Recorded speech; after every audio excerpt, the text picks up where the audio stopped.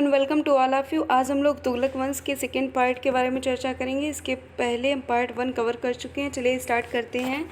मोहम्मद बिन तुगलक की जब मृत्यु हो जाती है तो बदायूं लिखता है कि लोगों को उससे मुक्ति मिल गई और उसे लोगों से। वेरी वेरी इंपॉर्टेंट है। ये कथन किसका है? तो बदायूं का है कथन। मोहम्मद बिन तुगलक यानी एमबीटी किसके शिष्य थे? शेख अलाउद्दीन के शिष्य थे। ये ऐसे प्रथम सुल्तान थे जो अजमेर में शेख मुइनुद्दीन चिश्ती की दरगाह पे जाते हैं और बहराइच में सलार मसूद के मकबरे पर जाते हैं। मोहम्मद बिन तुगलक ने बदायूं में मीरन मुलहिम, दिल्ली में शेख निजामुद्दीन औलिया, मुल्तान में शेख रुकनुद्दीन, अजुदन में शेख मुल्तान आदि संतों की कब्र पर मकबरे बनवाए हैं। इन्होंने ही बनवाया। फिरोज़ तुगलक का राज्याभिषेक कब होता है? तो फिरोज़ तुगलक का जो राज्याभिषेक होता है, एक तो वो ठट्टा के निकट हो जाता है 20 मार्च 1351 को, और दोबारा जब होता है वो कहाँ होता है? दिल्ली की गद्दी पर। और कब होता है? अगस्त 1391 ईस्वी में, 51 ईस्वी में, सॉरी। खलीफा द्वारा उसे कासिम क्या कहा गया है? बहुत बार पूछा गया। कासिम अमीर उल मोमिनीन की उपाधि से सम्मानित किया गया है। और राजस्व व्यवस्था के अंतर्गत फिरोज ने 4 कर लगाए थे। वो कौन से 4 कर हैं?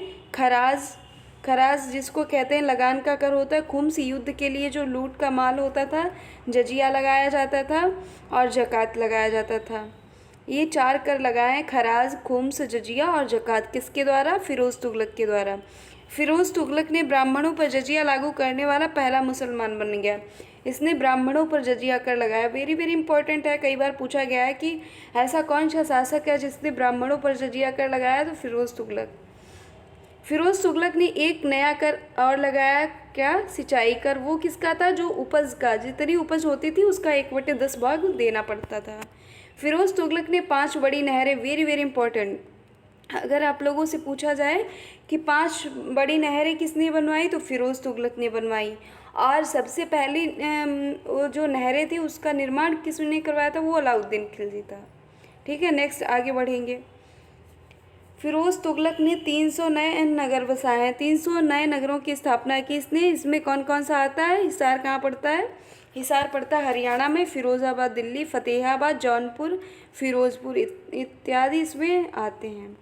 इसके शासनकाल में खिज़राबाद में क्या है? टोपरा गांव पड़ता है। और मेरठ में अशोक के जो 2 स्तंभ थे उनको लाकर दिल्ली में स्थापित किया गया। ये वेरी वेरी इंपॉर्टेंट है। कई बार पूछा गया कि टोपरा गांव और मेरठ से जो अशोक के 2 स्तंभ हैं वो दिल्ली लाकर किसके समय में रखे गए हैं? तो किसके शासनकाल में? फिरोज़ तुगलक के शासनकाल में।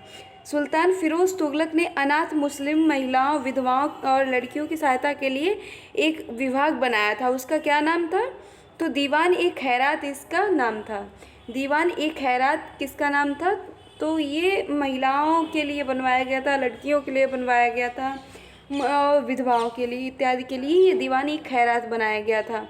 और जो दीवान ए बंदगान था वो किसके लिए बनवाया गया था? दासों की देखरेख के लिए, क्योंकि इनके दासों की संख्या 1,80,000 थी। कहा जाता है सबसे ज़्यादा दासों की संख्या इसी के शासनकाल में रही, यानी फिरोज़ तुगलक के समय में।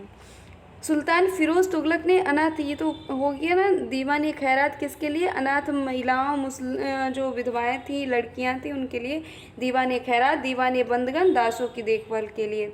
इसने सैन्य पदों को वंशानुगत बना दिया। Very very important. पूछा जाता है किसके शासनकाल में सैन्य जो पद थे उनको वंशानुगत किया गया है? तो फिरोज़ तुगलक उसके शासनकाल में। इसने अपनी आत्मकथा फतूहात ए फिरोज शाही की रचना की है। इसने स्वयं अपनी आत्मकथा लिखी है। क्या? फतूहात ए फिरोज शाही। इसने जियाउद्दीन वर्णी और शम्स ए सिराज अफीक को अपना संरक्षण प्रदान किया और ज्वालामुखी मंदिर के पुस्तकालय से लूटे गए 1300 ग्रंथों में से कुछ को फारसी में विद्वानों के द्वारा करवा दिया। किस विद्वान के द्वारा? अपाउद्दीन है, उसके द्वारा दलायत फिरोज शाही के नाम से इसका अनुवाद करवाया। और क्या इसने किया? इसने चांदी और तांबे के मिश्रण से निर्मित सिक्के भारी संख्या में जारी करवाए। चांदी और तांबे से इसके मिश्रण से बने हुए सिक्के, जो मिक्स बने हुए थे, उसके सिक्के भारी संख्या में वो करवाए, जिसे क्या बोला जाता था? अद्धा और विक कहा जाता था। अगर क्वेश्चन आए ये इम्पॉर्टेंट रहेगा आप लोगों के लिए। अद्धा और विक क्या हैं, तो आप लोग बताएंगे चांदी और तांबे के मिश्रण के सिक्के हैं। नेक्स्ट आगे बढ़ेंगे। फिरोज तुगलक की मृत्यु सितंबर 1388 ईस्वी में हो जाती है। कब होती? 1388 ईस्वी में इसकी मृत्यु हो जाती है। फिरोज काल में निर्मित क्या है? खान ई जहाँ तेलंगानी के मकबरा की तुलना जेरूसलम में निर्मित उमर की मस्जिद से की गई है। किसकी? तो खान ई जहाँ तेलंगानी के मकबरा की तुलना जेरूसलम में स्थित क्या है? उमर के मस्जिद की तुलना इससे की गई है। सुल्तान फिरोज तुगलक ने दिल्ली में कोटला फिरोज शाह दुर्ग, वेरी वेरी इंपॉर्टेंट, पूछा जाता है दिल्ली में कोटला फिरोज शाह दुर्ग किसके द्वारा बनाया गया? तो फिरोज तुगलक के द्वारा। तुगलक वंश का अंतिम शासक कौन है? तो ये भी बहुत महत्वपूर्ण है, इसको क्या बताएंगे? नासिरुद्दीन महमूद तुगलक, ये तुगलक वंश का अंतिम शासक बना है। इसका शासन दिल्ली से पालम तक ही रहा है। कहाँ तक? दिल्ली से पालम तक इसका शासन रहा। तैमूर लंग ने सुल्तान नासिरुद्दीन महमूद तुगलक के समय 1398 ईस्वी में दिल्ली पर आक्रमण किया। ये वेरी वेरी इंपॉर्टेंट है, पूछा जाता है किसके समय पर तैमूर लंग जो था भारत आया था, इसने आक्रमण किया दिल्ली पर। तो नासिरुद्दीन महमूद तुगलक ये अंतिम शासक था, उस समय ये आया। नासिरुद्दीन के समय में मलिक शासक है, इसको क्या कहते हैं? पूर्वाधिपति की उपाधि धारण कर एक हिजड़ा मलिक सरवर ने जौनपुर में एक स्वतंत्र राज्य की स्थापना करता है। और जो अगला वंश है उसको हम अगले पार्ट में कवर करेंगे। Thanks for watching this video.